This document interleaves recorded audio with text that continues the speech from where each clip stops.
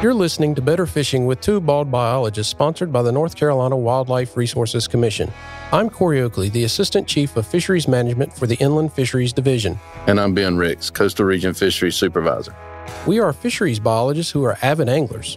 We want to link the work we do as biologists to your fishing.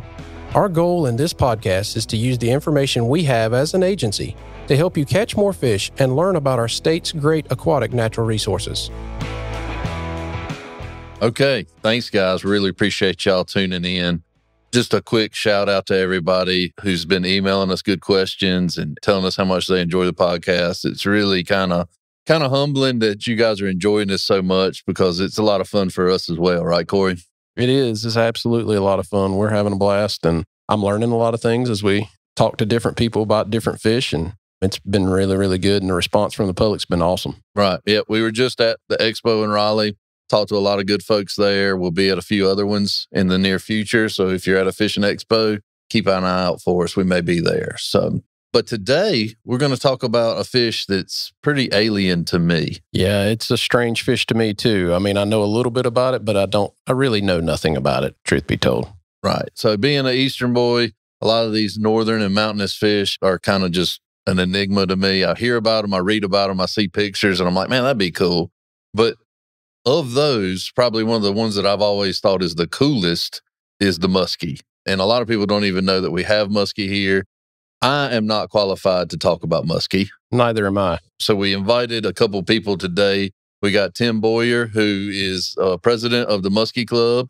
He also is a maker of very amazing muskie baits. Say hey, Tim. Hey, how's it going, everybody? There he is. And we also have Scott Loftus, who is a warm water. Scott, tell me your title so I don't bunk it up. Yeah, warm water and habitat coordinator for the mountain region.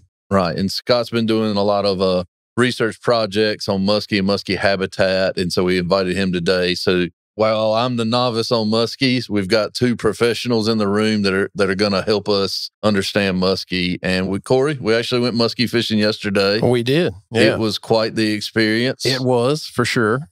When you envision mountain fishing, it's not really normal mountain fishing. No, it's not what you would think, for sure. And it was good. I mean, I had a great time.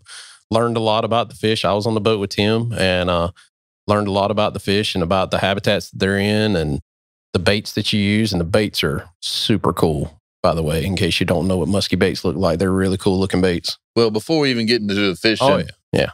We got two emails, one from Scott and one from Tim. And it was nothing but like warnings, about the conditions that we would be in. So I'm going to put it off on them. What do you have to be prepared for if you're going to go muskie fishing? Defeat. Well, wow. Yeah. Well, that's a way to set it off right there. Yeah. I love it. Even success or catching or not catching, they didn't even cover that initially. What did you initially say to us, Scott? Bring a life jacket. Bring a life jacket. That was number one. Life jacket, change of clothes, dry bag, and be prepared to go overboard. Right. I mean, that's how they led into this. Okay. So you want to catch a muskie, we probably will turn the boat over. That's where we started with. Yeah. It was a little exciting, to say the least. Yeah, we affectionately refer to the Upper French Broad as the jungle, and it's aptly named. A lot of woody debris, tight jams that you got to snake through with the boat. And if the corner of the boat or something catches one of that and it stops the boat abruptly, you can go over easily. Yeah. After doing it, I could tell why you said that. I mean, sure. None of us went in the drink yesterday, which was a positive because the water temperature was probably like upper 30s. I was going to say 38. Very cold. And that was a guess. Yeah, it was cold yesterday. So you definitely want to be safe when you're doing it. But I see where you get that from. There's woody debris everywhere. There's stuff that you get hit and things happen quickly on the water. So our take home there is if you're going muskie fishing or fishing in general, always be safe. Sure. No, but it was interesting. It's like, so you want to catch a muskie. We know it's hard. We didn't realize going into it that it was also like hazardous to our health. Yeah. We just thought we were going to maybe catch a fish that's very difficult to catch.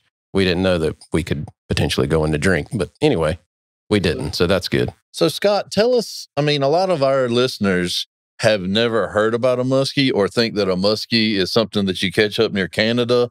Tell us about muskie in North Carolina and what they're all about? So muskie are native to North Carolina, to the western part of the state and the interior drainages of western North Carolina. Interior drainages being the French Broad, the Hiwassee, and the Tennessee, all draining towards the Mississippi and the Gulf. That's what interior basin drainage refers to, as anything. It doesn't drainage. go to the ocean. Well, it goes to the ocean, but it doesn't go to the It Atlantic doesn't go Ocean. to the Atlantic Ocean. Yeah, that's right. It's going the other way. The Atlantic drainage is kind of the eastern part of the state, and the western tip, most of those major basins are interior, draining to the Gulf. And that Mississippi drainage is what the muskie's native to. Had native muskie in the French Broad, particularly up until the late 1900s, and land use and other activities. The population was almost extinct, and the Wildlife Commission has been stocking the upper French Broad to provide that fishery since 1970. That's just a little background on the fish. And they're in the pike family, right? They're in with chain pickerel, northern pike. They're kind of in that group of fish. Yep. The Saucidae is the family, and they're in with the pikes and northern pike, chain pickerel, pike family. That's correct. They're long, toothy creatures, right? Very long and very toothy. I could tell a story about myself in my early years of sampling fish on the French Broad. The Wildlife Commission does survey that population. We will do it for 4 or 5 years on, get a good snapshot of the muskie population in the French Broad, and then we may take 5 years off or so and sample again. But we are stocking out on the French Broad annually because of reproductive bottleneck out there. Wait a minute. You just said that you could tell a story about your early days with the Wildlife Commission, and we're on a podcast to tell a story. So let's hear the story about you and He the said muskie. toothy and story. Toothy and story. I think I might know where this is going, but let's see where it does go. Toothy and story. Well, so yeah, we're out on the river sampling, full commission staff, personnel, including the chief of inland fisheries at the time, and media person from Charlotte was with us. And sampling for muskie is much like fishing for muskie. It's not a guarantee that you're going to see one or get them in the boat. They're very elusive torpedoes when they sense or tickled by the electricity. So it was about lunchtime, and we had not boated a fish yet. So, I started kind of getting nervous that we were going to be able to get a fish in the boat for the chief and for the media. We did. And the fish was not wanting to cooperate when we had it in the boat. So the long and short of the story is I made the comment of, you hold it like this, and went to put my hand down on it. And at that time, the fish flopped, moved its head, and its tooth caught my thumb, and to the extent of about 6 stitches in the finger there in front of the chief. That was a proud moment in the career of a fish biologist there. Hey, stuff happens. You just have to deal with it, right? That's it. So that's my war story. So we're calling them muskie. What's the full name? The full common name is muskellunge. Yeah, what's the scientific name? We'll nerd out on this thing. Come on. Yeah, give me a second on that one. I'm tongue-tied. That's a pretty all right. long name. Well, while you think about that, let's talk to Tim for a minute. So we hadn't heard much from Tim. Tim, introduce yourself. Tell us what you're all about, kind of your role in the Muskie Club, but also why muskie? Like, there's any number of fish that you could dedicate yourself to in this area, but why did you choose muskie? Well, I've always been a fisherman. Fished with my mom when I was young. She loved fishing. After I got a driver's license, most guys went doing other things. I went fishing. Fast forward quite a few years, spent several years in the Marine Corps, got stationed down at Camp Lejeune for a while, and I got really accustomed to saltwater fishing. I know you do a lot of saltwater fishing down there. And upon moving back, it can taken some of the lure out of trout fishing, and I still dabbled with smallmouth quite a bit, but not as much as I used to. It was probably 7-8 years ago, a friend of mine, Matthew Christie, got into seriously addicted to this muskie thing. And it was something I had always looked at and dabbled in, but when you start throwing muskie lures from a canoe and pulling the canoe halfway across the river, it just never clicked with me a whole lot. I didn't get that into it. But we started fishing quite a bit together, and then I joined the Muskie Club, and I get to fish and hear from a lot of very experienced muskie anglers in the area. And after quite a bit of trials and tribulations, I caught my first one. And to see that fish come out of nowhere and just totally destroy the bait and ruin the peace and quiet of a super cold February evening was just excellent. I mean, hooked from that minute. And I've probably spent at least 1 or 2 days a week since then fishing for these fish.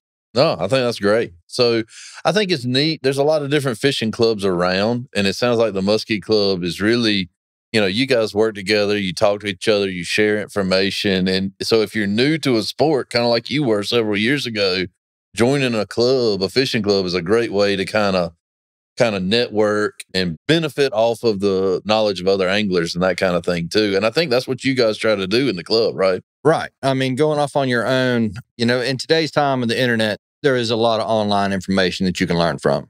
Sure. But to go to a group of guys that has contained people like, Derek Argotti, Donald Funderud. Donald Funderud started this club back in 1981. Glenn Grindstaff, Denver McClure. I have really learned a lot of information from these people. And not just, the what to use and where to use it and where to go, but kind of more how to think. And I think that how to think is probably some of the best information you're going to get. And it sounds kind of silly because when you go fishing, you just chunking baits, put them in the right spot and you catch fish, right? No. I wish. No, because I think, not that I was putting them in the right spots. You can tell the whole group that how bad I was at it yesterday. But you're just fine. But like yesterday when we were on the river, you were like, this is a great spot, seen a bunch of fish here. We put them in the right spots and they just didn't cooperate yesterday. I mean, and that's fishing and that's muskie fishing for sure. So you have the Muskie Club. What's the official, like if people wanted to learn more about your club, how could they do that? What's the official title of the club? All that good jazz so people out there can. So the club is the Western North Carolina Muskie Club. The best place to get information is via Facebook. And I know everybody doesn't have Facebook. You can probably look me up and shoot me a message somewhere or another, or you can use WNC.muskie, that's with an IE, not a Y, at gmail.com. Yeah. Shoot me an email through there, and we really promote using the right gear and safe tactics. Just like, it's January. We went fishing. We definitely want you to go out there with a dry bag. Yeah. It can be a horribly long ride in freezing weather when you're soaking wet with river water. Yeah, I thought that, after we drove 45 minutes up the river, I was like, if we fall in now, it's going to be terrible going back. It's really very suggested that you take a dry bag. Yeah. So, Corey was with Tim and I was with Scott. And how many logs did y'all hit on the way up? We didn't hit that many. I mean, that many. That many. Yeah. How many's that many? I need to know this. I mean, we hit maybe 1 or 2, but we didn't hit them hard. We had a couple what I call a soft bump, and that almost don't even count. Yeah. As long as you don't have a wide open direct hit, you're good to go. It was a hiccup in the motor. We didn't smack it. Like Rubbins Racing? Like Rubbins Racing. That's right. Yeah. Did it raise the lower unit up? No. So we, about 10 minutes into my day, we hit something square. And Scott looks at me and goes, Ben, we might be done for the day. And I was like, okay. Well, this was exciting. So let's go home. So yeah, we actually got a bunch of stuff wrapped up around the prop that we had to pull off. And then we kept on going. Luckily, it wasn't the day ender that Scott was worried it was. But yeah, so it's not, if you get keyed up, if you're not taking your blood pressure medicine, luckily I took mine that morning. Yeah. Let's go ahead and throw this out there. French Broad is not the place for bass boats. It's not the place for fiberglass boats. No, we were in 14 foot? 14-foot John boat is probably big enough, but not so big because a bigger boat gets really hard to manage out there because it's tight. It's full of wood. Yeah. You're going to have to go through log jams at some point or another. Jet boats are ideal. Yeah. You have a good tunnel hull jet like some of the guys have. Very few, but some of them do. And man, you ride up the river then, you can wide open. You can do whatever you want. Yeah, you ain't got to worry about it. Okay, so we've driven the point home, and we'll probably drive it home a couple more times, that this is a use caution on the French Broad. It's what you said a minute ago. If you really want to get into this, get connected with people that do it all the time. Mm-hmm. Don't try to do this on your own. Right. But let's talk a little bit for a minute about because what was one of the most amazing things was throwing these baits all day long. Oh my gracious. Like, I fish a lot of saltwater in my spare time. I fish a lot for stripers in my spare time. I fish for large apex predators quite regularly. And I have never in my life thrown baits that are the size of the baits that we threw yesterday. No, these things are like 2 pounds a piece. Right. I mean, I don't know how heavy they were, but they felt like at the end of the day, they were feeling like they were 2 pounds a piece. So most of them are in the area to 3/4 ounces to half a pound. See, I was wrong. Okay, now we do have guys that throw pounders, and there are people up north throwing 2-pounders. That's probably not what you need down here. The average bait is somewhere between 3/4 and 3 ounces. Okay, average jerk baits, spinner baits, stuff like that. and these baits are 15, 16 inches long. Yeah. Right. Some of the bigger glide baits are going to be more half a pound or a pound. The one I was throwing yesterday was a quite heavy bait. So there are a lot of gear requirements and heavy rods and 8 to 9 foot lengths. My 2 favorite rods right now are 8'6" and 9 foot are required. We all typically use 85-pound braid. It's not just for the fish, but for making sure you don't lose these lures. We do get hung a lot. The river's full of wood. You're trying to fish down in the structure. And when you're getting in the structure, you're going to get hung. So we also suggest that people carry a lure retriever. That's usually a curly tail on the end of a long stick that you can go down and you just knock the lure right off the stick and it'll come back out. Some of the musky lures are quite expensive. You guys seen a lot of the bait maker, what we call basement maker baits. And those can run anywhere from 50, 60 bucks on up to 100 or a lot more if you got the money that you want to spend on it. Yes, it's hard to imagine. And we did it yesterday, but it's hard to imagine throwing baits that are that expensive. And you're right. If you're throwing baits that are that expensive for a really big fish, you might as well up your gear so that you make sure you can keep those baits and catch the big fish. All right. That 85-pound braid seems excessive, but with the wear and tear that you have out there and the time that you're going to spend putting in your 10,000 casts, there's nothing wrong with it. Right. No, and I don't know if we've fully talked about it yet. Scott, how big do these fish get? Max size in our area, Western North Carolina, 52, 54 inches is probably the max. We see that largely in our reservoirs. Adger is a good example because that's where our current state record is from. It's a 52 and a half inch fish and 41 pounds and 8 ounces. So it's a massive animal. Yeah, it's a big fish. I've seen a few of them live. They're pretty stout animals for King sure. of the mountain. They are king of the mountain for sure in the fish world. King of the mountain. We mentioned the toothiness, razor sharp teeth. Yep. Big mouth, apex predator. Yeah, they're really just a beautiful fish. I mean, their coloration's pretty. They're long and large, and I see why people want to go try to catch one because they're really pretty. Yeah, I can definitely. I mean, you're fishing relatively clear water. Yeah. You're throwing at deeper holes, and then all of a sudden, Out of nowhere, here a he shadow comes. appears behind your bait that's 4 foot long. Yeah. I mean, where's there not a draw for that? Yeah. You know, I could definitely see that gets your heart going. Yeah. So, It'd be like a big, massive buck walks out and you got to shoot it. You know, it's like your heart starts beating pretty fast. yeah, I mean, if it don't get you excited, what are you doing? You shouldn't be fishing. Right. If you think it's boring, there's just the wrong sport for you. Yeah, that's Right. right. That's right. So I have a quick question. We talked a little bit about what the muskie is and all that, and we talked about that it's in the interior basin for the most part of North Carolina. Scott, can you tell us some like locations, because they're not found throughout the mountains of North Carolina. They're found in certain locations. Can you give our anglers that maybe want to go try this, like we're talking about French Broad River because we fished on it, but what are some other places in the state that these guys occur? Absolutely. So Essex, Mosconungi. Ah, there it is. Scientific name. There's the scientific name. You pulled the rabbit out of the hat. I like big name for a big fish. it. Yeah. So currently, we'll start with just where we're stocking the fish. Johns River, excited to bring on a new location. This is the first new muskie stocking location the commission has brought on in decades. Well, that's not true. We did a short-term stocking on Chioa Reservoir, impoundment on the Little Tennessee side below Fontana in, I think, from 2013 to 2015. So there's a holdover population on Chioa. We're no longer stocking Chioa Reservoir. Johns River, I mentioned, we just brought it on this past October. 2022 was the first stocking on the Johns River. So excited to add that muskie angling opportunity to the repertoire.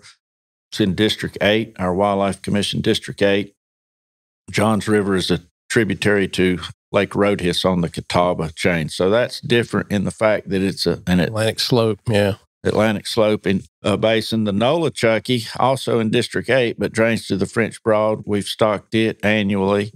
That's the two District 8 water bodies that we're currently stocking. District 9, Lake Adger, we mentioned it, state record. It's come from down there a couple, 3 times now. So known for growing large muskie. We've talked about the French Broad River quite a bit to this point. We also have angling opportunities for muskie on Hiwassee, Fontana, 2 large reservoirs, western end of the state, and then Lake James. The head impoundment on the Catawba has a self-sustaining, low-density population of muskie that anglers can fish for there. So all told, that's 6 or 7 water bodies that, offer angling opportunities for muskie, all in the western part of North Carolina. Yeah, I mean, the take home is they're not everywhere in the western part of the state, but they're in several different locations that you could potentially go and fish for them. Yeah, you don't need to all go to one spot. Don't need to all go to one spot. That's right. So one thing, I talked with Scott a lot about the stocking projects yesterday as we were fishing, and we're stocking in relatively low densities, but densities that we think scientifically are appropriate for each system. Right, Scott? And so they're not, and we were talking to our Piedmont supervisor earlier, we're not stocking in densities that are these are apex predator fish. And we're not stocking in numbers that are wiping out other fish populations or anything like that.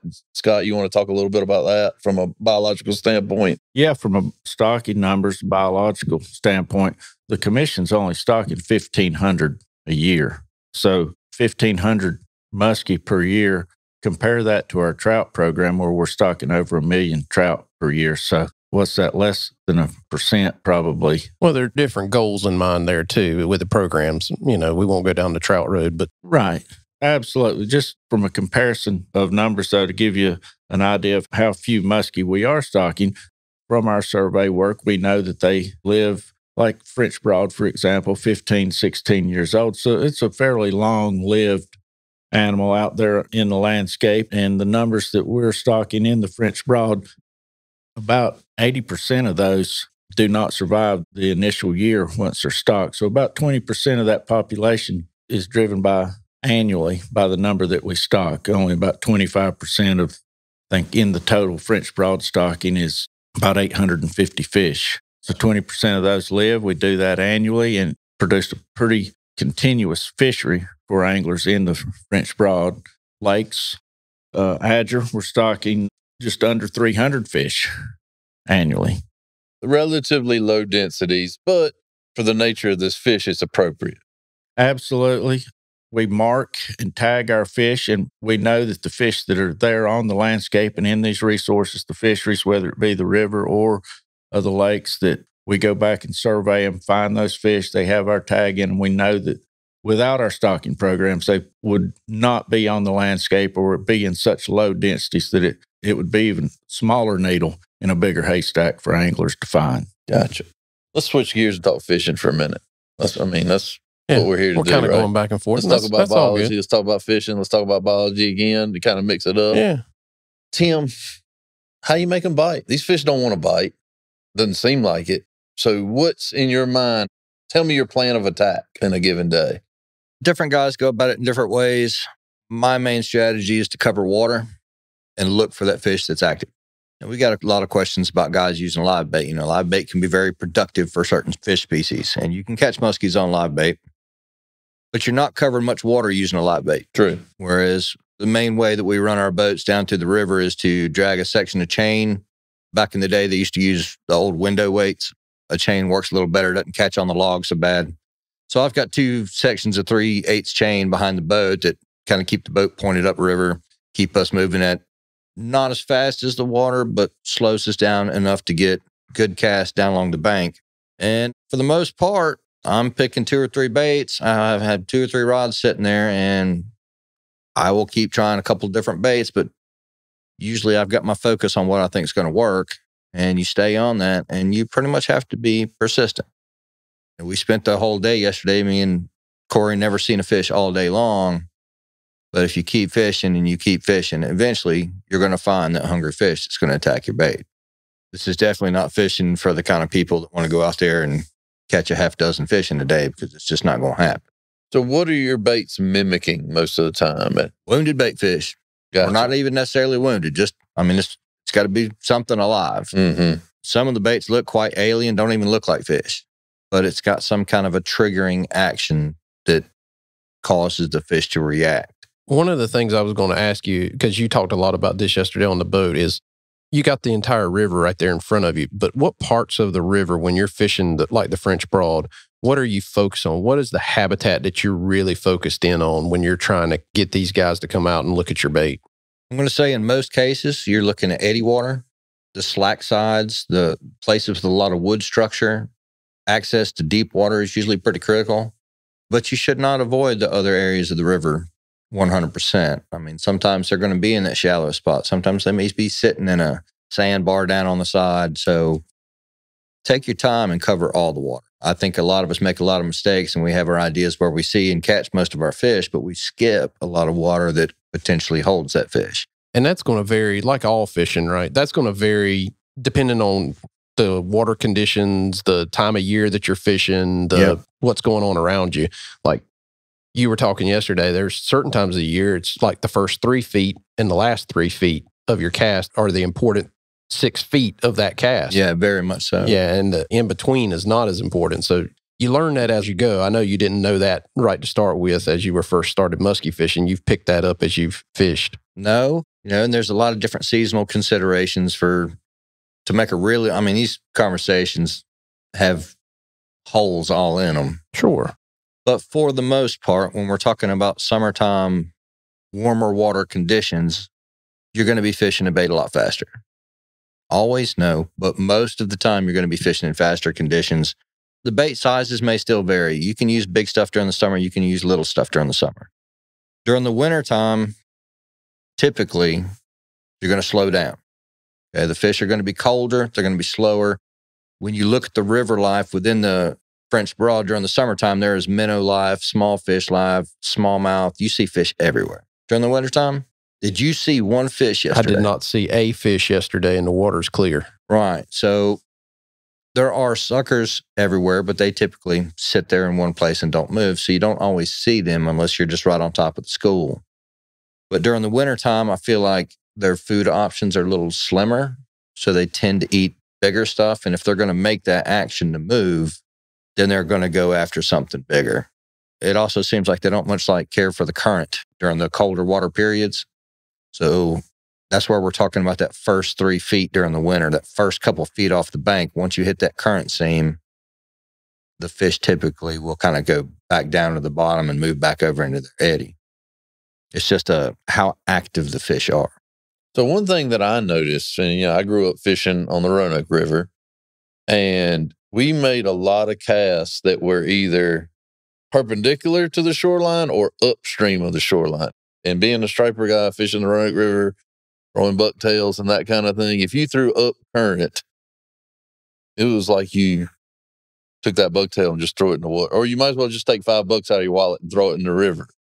And it was kind of amazing to me because he was like, yep, we got to throw up current. And I was like, my brain was like, this is wrong. Like, I can't do this or I'm going to lose it. And I guess the nature of the baits and where we were putting them, they were coming in and out of that structure just fine. But that was one thing that I noticed yesterday is like, this is a little different, The chain thing was cool. Like, it made me go, man, I should have probably put a chain on the front of my boat when I was drifting the Roanoke. So, and that's one thing I always tell folks, and it's always like, when you go fish with somebody and you do something completely different, there's some things that can be very beneficial. Even if I never go muskie fishing again, there may be something that I want to try on my waters that I learned from doing this. So it was very interesting. Yeah, my experience with Tim yesterday was, one, the chain thing.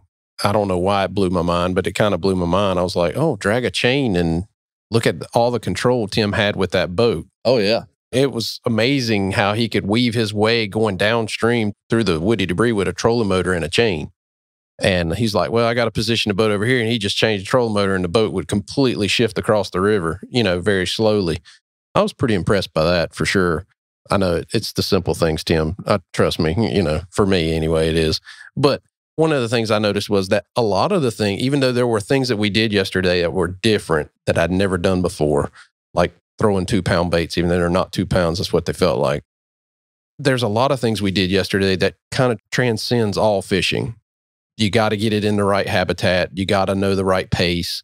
The baits are mimicking and look a lot like baits that are much smaller, that we use for all kinds of things, whether it be striped bass or even you down on the coast doing red drum fishing, all that kind of. The patterns are not that much different, even though they're just, exponentially much larger. They're much larger. A grade or two bigger, to say the least. They're a grade or two bigger. So I think that's the thing that I saw yesterday as well, was that even though we're doing things a little bit different, there's a lot of things that, like if I'm white bass fishing in the Eno, it looked a lot like that yesterday. And the baits I use for white bass fishing are a lot smaller. I mean, a lot smaller. They're micro size compared to the things we were using, but they're mimicking. It's the flash and the movement and all that. I mean, the glide baits that you have, Tim, by the way, that you were fishing with yesterday. I mean, he was fishing with a glide bait yesterday that was absolutely gorgeous in the water. I was like, I don't know why a fish wouldn't hit that bait. It looked perfect, what it was trying to mimic. It was pretty cool. That's my buddy Denver's bait. Caught me my last 2 fish. It's a really cool, slow sinking, long gliding, and I've got a nice tail on it right now that just has enough kick to it to, even when the bait's being still and gliding and not doing much, it's got a lot of activity to it. Yeah. I mean, the bait was just standing still in the water half the time and the tail was just slowly moving. I was like, man, that's perfect. I mean, it looks exactly like a fish in the water. It was really cool. Now, over these last few years, I've had a handful of baits that start to perform for me. And I don't think it's always just that bait, but the fact that you've learned how to use that bait. It's usually in those moments you're sitting there watching your bait going, man, that thing looks cool. It ought to get eaten. And it just wham, gets smashed. Tim, I said that all day yesterday. Well, And this is another phenomenon of muskie fishing is success is defined completely different. So, I mean, most times if you're not holding a fish up by its mouth and smiling in your Instagram picture. And don't do that with a muskie. We already learned that that's how you get your hand cut off. But anyway. You will end up in the emergency room. Don't do that. But, most of us would define that as success. But really, I mean, just seeing one is winning. And yesterday, Scott, to his credit, he must be listening to Tim a lot because we did what he said. We made one move. And so that's part of the win on that is just getting to see one. Right, Scott? It is. And I do listen to the Muskie Whisperer, and all advice coming my way thus far has really helped me on the river. And I think that's a big credit to Tim and the guys in the Western Muskie Club. They're willing to share that advice. I'm a lifelong angler, live to fish, heart beats to fish every single day. And, muskie fishing was just a little bit different. Wanted to try it. Tim got me in the game. And yeah, lucky enough to see a fish yesterday. We moved it, followed the bait up to the boat, stayed on the bottom, and started to do a figure 8 and got about halfway through the 8 and the fish just kind of left, and mentioned that to Tim, and immediately more advice of right now, this time of year, water temperature, those fish don't want to really come up in the water column in the 8, but you need to be jigging something. In other words, bouncing a bait in front of them off the bottom. Hard to do with a long minnow bait that I had on, but again, just good advice from those guys on how to catch fish out there. Yeah, and just so you know, Scott's a good fisherman too. I didn't get the short straw by going with Scott yesterday. No. So, you guys that know Scott, we've got many commission employees, fish biologists that we're fish nerds, and we also, on the weekends, we fish too, and Scott falls right into that category with the rest of us. My question is, did you see that fish? I didn't see the fish. Well, I think he's making it up, but that's okay. He may have, it's late in the day, I got to do something. Yeah. So I was actually on the phone stretching my back out a little bit because standing in a 14-foot boat all day long, just a little bit. Yeah. I was using some muscles. It's a challenge that I hadn't used in a challenge minute. for 2 big guys like us, for sure. Yeah. So I was kind of stretching my back a little bit while I was on the phone, and all of a sudden Scott gets real excited real quick, and I hung up on the guy and still didn't get to see the muskie. You should have stayed on the conversation. Is that what you're saying? I know. It was time to get back to fishing, clearly, Well, what I learned yesterday, I learned a lot, but I learned that a 14-foot aluminum boat. Once I get down in it, I have a very difficult time getting back up out of it. So I might need to go to the gym. But anyway, oh well. Yeah. No, it's definitely, it's a lot like my very first boat. So and a lot of it was kind of nostalgic for me because my first boat was a very narrow 3-foot wide boat that was not necessarily tippy, but you couldn't shift your weight very much in it. Yeah, had to stand in the center. Yeah. So it was a lot of fun to that. And what else do we need to know about muskie fishing, Tim? That 1448's the John boat that you kind of want. That's right. 1436 is a little bit slippy. That's good to know. That's good to know. I think as a club, the one thing that we really try to help people with that we see beginning anglers failing on is really and truly having the appropriate gear. It's not just the rod, the heavy line, a steel leader, or a fluorocarbon leader of 100-pound test plus. Okay, don't go less than 100. I personally use only solid steel leaders anymore. Just that way I don't have any failures. The fish can't bite through the steel leader. Yeah, so explain why you're doing that. Explain why that is. These big fish, and you're throwing a big bait, but the great big ones can swallow a 10-inch bait. That mouth opens extremely, extremely large, and the leaders are around a foot or maybe just a little bit longer. Different leaders do affect different bait types differently, but for the most part, a steel leader will work fine on just about any bait. Some of the guys have different preferences for different baits, and that's kind of getting a little bit more on the higher end of things. But going down that gear list, a quality muskie net is a 100% requirement, especially during the summertime months. You've worked this hard to catch this fish, to hook it. And just because you've hooked it don't mean you ain't caught it yet. You got to get it in the net. And if you don't have a net that is big enough to take a 4-foot fish and lay that net down on the deck of your boat, that net should allow that fish to be completely submerged in the water so that it can still breathe. In hot water conditions, these fish are a lot more susceptible to dying, so we want to make sure that they stay in the water. And then we highly suggest you carry a set of release tools, which includes long-nose pliers, and the most important one is hook cutters. Okay. Some of us carry jaw spreaders. They're pretty cheap tools. They're like $3 or $4 on the muskie shop. And a set of gloves, really, for when you first start picking these fish up. And even a lot of long-time anglers still use a glove to pick up these fish because they will put you going to getting stitches if you're not careful. All right. And you said pick them up. You want to always pick them up horizontal, right?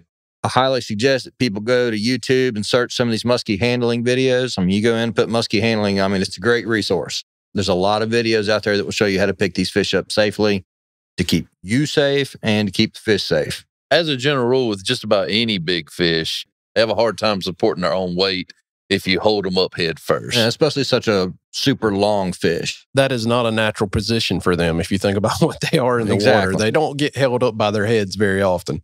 So usually there's a way to put your hand under the gill plate without grabbing the actual gills. And you've got to get a firm grip on that.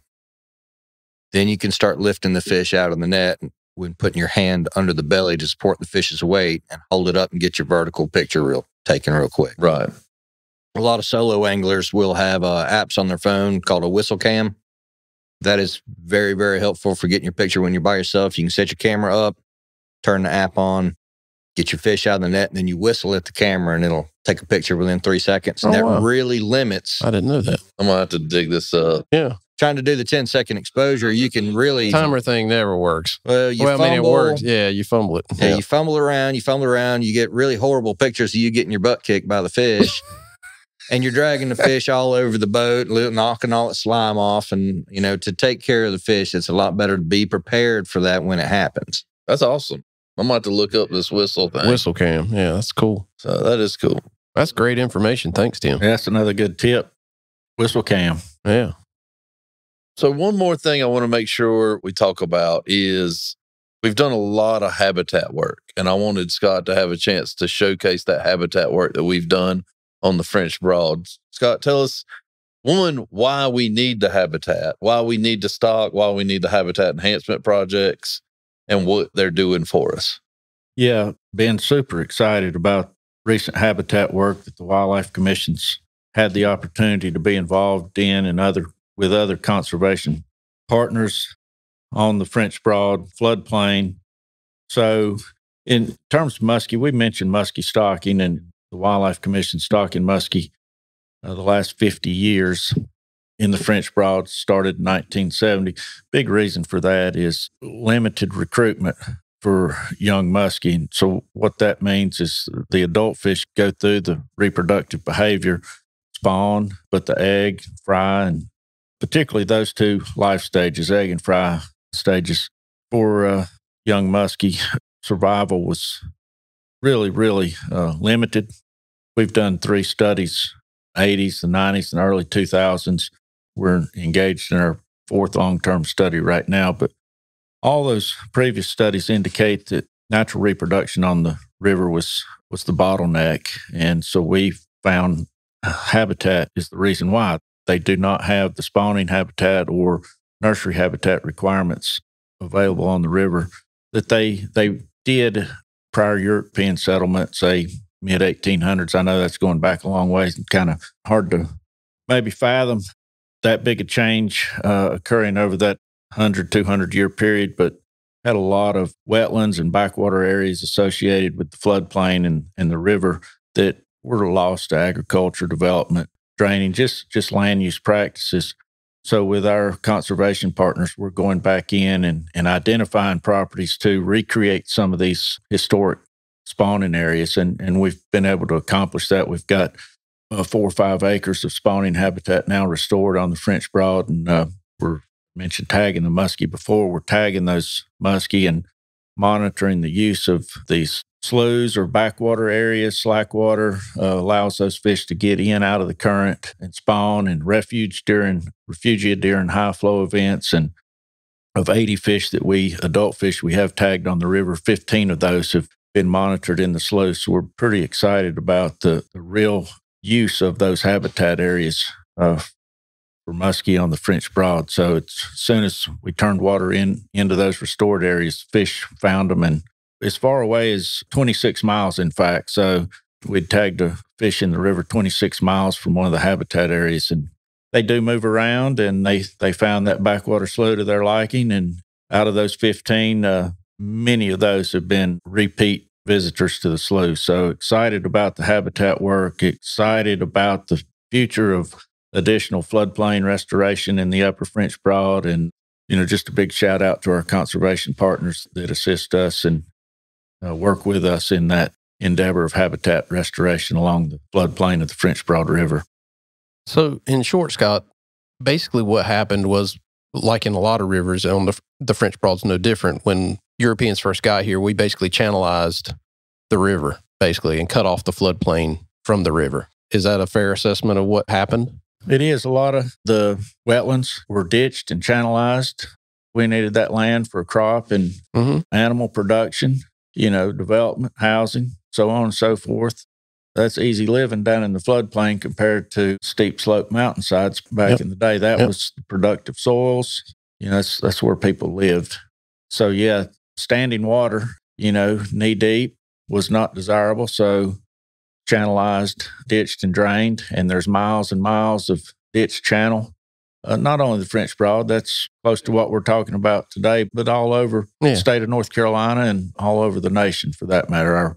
Our large rivers have been ditched and channelized and lost a lot of habitat diversity through those land use practices.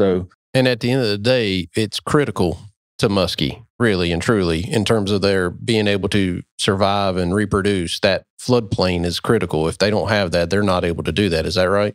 Absolutely correct. And that's not just true for muskie. Muskie in this situation is the warm and fuzzy, but all fish. Long and toothy, warm and fuzzy, but all fish species need refugia from high flow flood events. So that they need these backwater areas that are slack. I liken it to being on a conveyor belt. Yeah, what benefits the muskie benefits a host of other species. Some of them are game fish, some of them are non-game fish, but they're all part of the ecosystem. Right. So it definitely benefits the whole system to have these areas. Yeah, and that's the key there, Ben. You hit on it. So these habitat restoration projects are ecosystem services and ecosystem enhancement projects that benefits the entire, whether it's plant, animal, it's a benefit across the board. Probably should be noted that those sloughs now are closed during the spring season. Yeah, so the Wildlife Commission, we hadn't touched on regulations, but Regulations for muskie, it's a 42-inch minimum, and it's one fish per day. We don't see a lot of harvest, very, very little, in fact, of muskie, but we do have that 42-inch one fish per day regulation on them. By and large, a catch and release angling community and fishery out there. And as Tim just mentioned, because the backwater sloughs were designed for spawning and rearing, the commission has a March 1st to May 30th closure on the 3 sloughs that have been established on the French Broad River. So that goes into effect here in about a month and a half, March 1. No angling in the sloughs. Should be talked about a little bit that trophy size fish is considered 42 and above, but to most hardcore muskie guys, you got to cross that 4-foot line before anybody would talk about really harvesting a fish to mount on the wall. It's usually a 4-footer to a 50-incher or bigger. They start getting real good at 42 inches, but there's a lot of difference between a 42 and a 44. There's a whole lot of difference between a 44 and 46. Sure. They start getting wider, I imagine. Yeah, the girth gets bigger. The girth, the meanness, the ugliness, the beauty. I mean, they get prettier the bigger they get.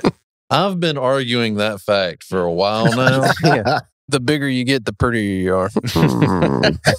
I think we're on to something. We're on to here. something. We're not talking about biologists, anglers here. Okay. Okay. This has been great. I have one more thing. I know. I was about to ask, does anybody have one more thing? I got one more thing. We can each have one more thing we want. So our day was great yesterday, and obviously we didn't see a fish. And the first reason is because Tim took me on the boat. I'm usually like the death knell. Ben will tell you this. I can be a bit of a, like if I'm fishing by myself, I do great. I go on somebody else's boat. I've been with Ben. It's been gangbusters, Corey. Come down here and let's go fishing. I go down there and I mean, it's like it's dead. It's the curse of Corey. I thought you were going to say it was the white squirrels. But this is new. This is new. This is new to Ben and I. As we're going up the river yesterday, of course, it was my fault. I saw a white squirrel on a tree. Yeah. Tim wasn't looking for white squirrels. No, he had his head down because he didn't want to see any. I was looking at the beauty of the French Broad River Basin and thought, oh, this is great. And I saw a white squirrel, which we don't have in the eastern part of the state. No, we It's don't. a form of a gray squirrel. But anyway, here's this white squirrel. And I saw, oh, there's a white squirrel. I thought Tim was going to come unglued. I mean, Tim's like, oh, I can't even say what Tim said. But I was like, He was fairly discouraged. he was discouraged. And we hadn't even started fishing yet. And I was like, Tim, what's going on? And he's like, oh, the curse of the white squirrel. I was like, the curse of the white squirrel.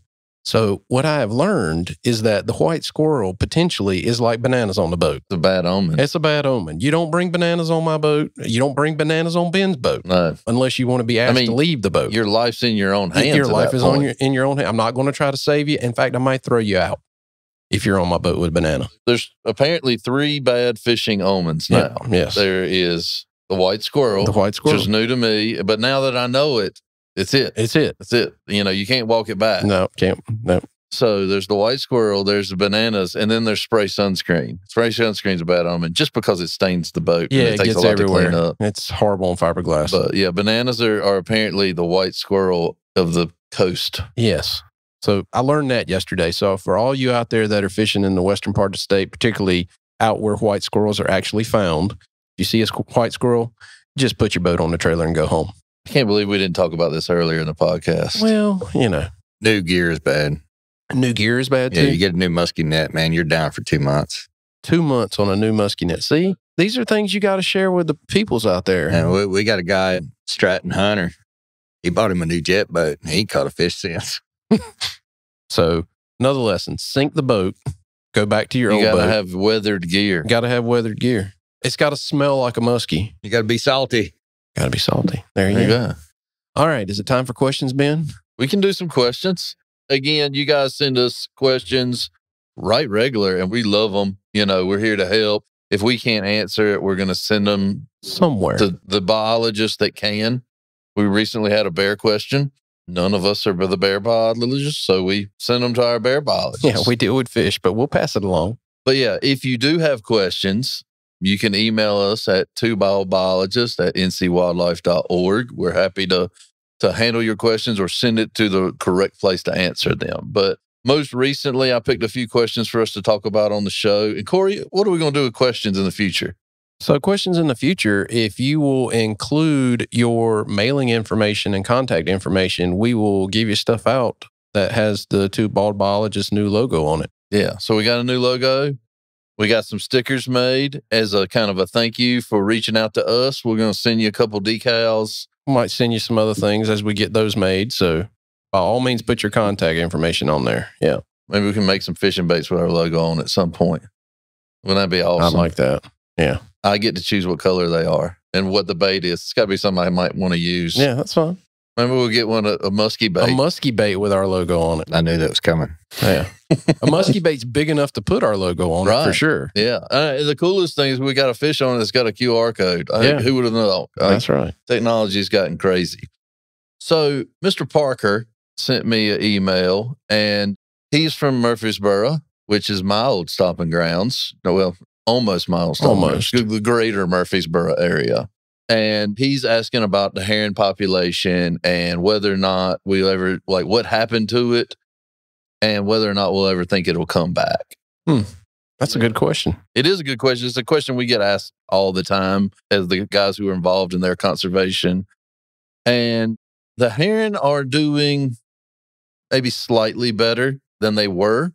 You know, really, the first part of his question is what happened to them between the dams and the overfishing and a lot of things. The herring was like a bunny rabbit. Everywhere it went, somebody was trying to eat it, you know, and they were being overharvested in our rivers. They were being overharvested in our sounds. They were being overharvested in the ocean. And so everywhere it was going, it was getting heavily exploited, and a population can't take that kind of pressure forever. So we started to see declines. We also had development on our larger rivers that caused declines in the herring population. And it probably was the combination of all that that kind of got us to where we wound up. We have a moratorium. It's been in place for several years now. And we are starting to see some better catches of herring in these rivers. Now, the real question is, how much better is it and how much better does it need to be? And that's what we've tasked our biologists with, is to make those decisions of, okay, we were at a 4, we're now at a 5, but we need to be at a 7, whatever that means. What does that look like? And what does that look like, and what is the path forward? And that's really something we're going to be able to think about, because what I just said, better than we were, but not where we want to be, really isn't specific enough for guys like Mr. Parker. We need to be able to tell him, okay, this is where we're at. And when we get to this point, we think that harvest may be sustainable. And I don't think we're very far away. And maybe we could have like a limited short season or something like that in the future, but I can't promise anything just yet. The jury's still out. We're really crunching the numbers, but it is encouraging that we're starting to see more fish, and we're also starting to see larger fish. So we're starting to see larger females, which really, it doesn't matter if it's muskies, if it's stripers, if it's herons, you need mamas laying eggs to support the population. So the part of his questions, I think, was, will we ever get back to what it was? And I think the answer to that is probably not in our lifetimes. I mean, it may eventually get that way, but you think back to herring in the 50s, for example, when your granddad was fishing herring and my dad was in the eastern part of the state. I mean, herring went in ditches. You know, you could dip them out with a dip net in the ditches everywhere in eastern North Carolina. There hadn't been herring in ditches in decades. Not like what you're talking about, no. Yeah, and so to get back to that level, I think we're a long ways away. Yeah. And maybe never. I don't know. Things are different, you know, and really the way it was is part of the mess we've got ourselves into. So we may not, even if the population does become robust, it's probably not going to be the way it was. You know, it'll have to be at some new level that's sustainable so we don't get back. So we don't go backwards to where we were again. If we open it up, the last thing we want to do is wind up having to close it again. That's right. So we got another question from Mr. Marco in Charlotte. He's a big time fly fisherman. He's just bought a kayak. Kayak's a great way to fish. In fact, we're probably going to do a kayak podcast in the near future. Yeah, and it's up and coming. I mean, well, it's not up and coming, it's here, but there are a lot of people that are getting into fishing from kayaks for sure. It's a great way, and the way kayaks are getting developed, I mean, it's amazing. You can put a lot of money in kayaks. I've learned that. Certainly can. He's been looking at the trout maps, and he's kind of using that as a huge resource. You know, we have a whole trout page on our webpage, but he lives around Charlotte and he's wondering if there's anything like that to help him find places to fish in Charlotte. I mean, you can still go to our website and go to ncwildlife.org, go to where to fish. There'll be a map of access areas. It's going to be different. It's not going to be trout water. It's not going to be a lot of stream fishing. There are some stream fishing opportunities in and around the Charlotte area, particularly to kind of the northeast. If you go towards the Yadkin PD Basin, there's quite a few opportunities and access areas there. So if you just look at our access map, you'll find those locations and places you can go, but you can always go out on a reservoir. I would tell him to be safe everywhere you go, but on a reservoir, you need to be pretty well flagged so that people can see you, because there's a lot of boat traffic on a lot of our reservoirs, particularly in the Charlotte area. Another thing is the city parks and the state parks. Absolutely. I mean, some of them have small impoundments. Some of them are own rivers and creeks. And some of these city parks don't even allow motorboats. Like, they would be perfect for kayaks, Right. Taking kayaks out on. So, I mean, it's just, as an angler, you just got to keep your eyes open and look for spots, study the map, Google Earth. It's a great place to find stuff. And the Where to Fish map has a lot of those municipalities that are not ours. We don't own them. They're owned by a city. So there's a lot of that information out there for sure. So good luck with that. If you need more help, let us know. We'll be happy to find you places to fish. The last one's a pond question. You know, we recently did a podcast about ponds and pond management, and it's gotten a lot of questions of folks that own ponds. And Mr. Biles called me. He was interested in building a pond, and that's the best time to start talking to us is early on so we can get you started on the right note and hopefully keep you there. He'd always heard that 12 foot deep is best for ponds, and he says, is deeper better? What's the best depth for ponds? So let's talk a little bit about pond depth and what you want. And there is a depth that you want to have, but really minimum requirements for, what would you say, I say about 4 foot. Yeah, that's at the bare minimum. You could have a pond that's 4 foot deep and you could have fish in it. Is it going to be the best pond you've ever had? No. Conversely, if you had a relatively small pond that was 20 foot deep, well, that becomes problematic too, because it stratifies in the summertime. And what we mean by stratifies is there's a layer of cold, unoxygenated water on the bottom. And what can happen is if you get the wrong storm, you can have a turnover, that kind of thing, and the water will mix, and then you could possibly have a fish kill. So really kind of 8 to 12 foot deep is a safe bet, but it's not a requirement, and it's not necessarily even best, because you really have to know your soil types and where the clay is, because a pond that holds water, a shallow pond that holds water is way better than a deep pond that won't. Yeah, that's Wouldn't right. you say that, Scott? I would agree. So his official answer is because fish need water, right? Fish do need water. There we go. See, straight from From a fish biologist. Yeah, from a fish need water. Fish need water. right. We've established that on this podcast. If you listened at all, fish need water. Thought I was the first. Well, we just want to get it from as many sources as we can, is that fish need water. Professional confirmation. There you go. So there it is. You know, and I would also say not only is like the max depth or whatever important, but like the slope of the banks and all that. I mean, all that kind of stuff. There's a lot that goes into pond building if you're building a pond. A 4-to-1 slope is really going to help you out with avoiding the problems with aquatic plants, but it also will give you good spawning areas. Yep. So it double duties for you. It gives you a lot of good stuff. But yeah, so really at the end of the day, there is no like, if your pond's not 13.4 foot deep, don't even try. There's not any kind of magic rule like that. What you really want is a variety of depths. You want some deeper water. I'd say maybe at least 6 to 8 foot deep, and then some shallower water. And that way the fish in the summertime can have some deeper, cooler water. And in the wintertime, they can have some shallower water to kind of sun in and that kind of thing. So it really just, a lot of times just having a mixture of different depths is way better than having a square hole that's all 13 foot deep. Yep, that's right. Well, that was good. That's great. Thank y'all so much for being on the podcast today about muskie. We've really enjoyed it. And I enjoyed my time yesterday. I can't tell you how much I learned yesterday. Yeah. I can't tell you how much I learned today talking about it even more, and just experiencing something in North Carolina that's completely new for me. It was really, really neat. Yeah. So I want to do it again. I want to see one, maybe even catch one. So I'll be talking to Tim in the future for sure. Yeah, I'd like to see one. I mean, I've seen one, but I'd like to see But it's one. real, you know? Yeah, I want to see one chasing my bait. We don't just go out there and knock it out of the park. Yeah. So it's real to have a day where it's, especially with muskie fishing, Yeah. Yeah, if it was easy, everybody'd do it, right? Well, Tim, do you have anything else for us today?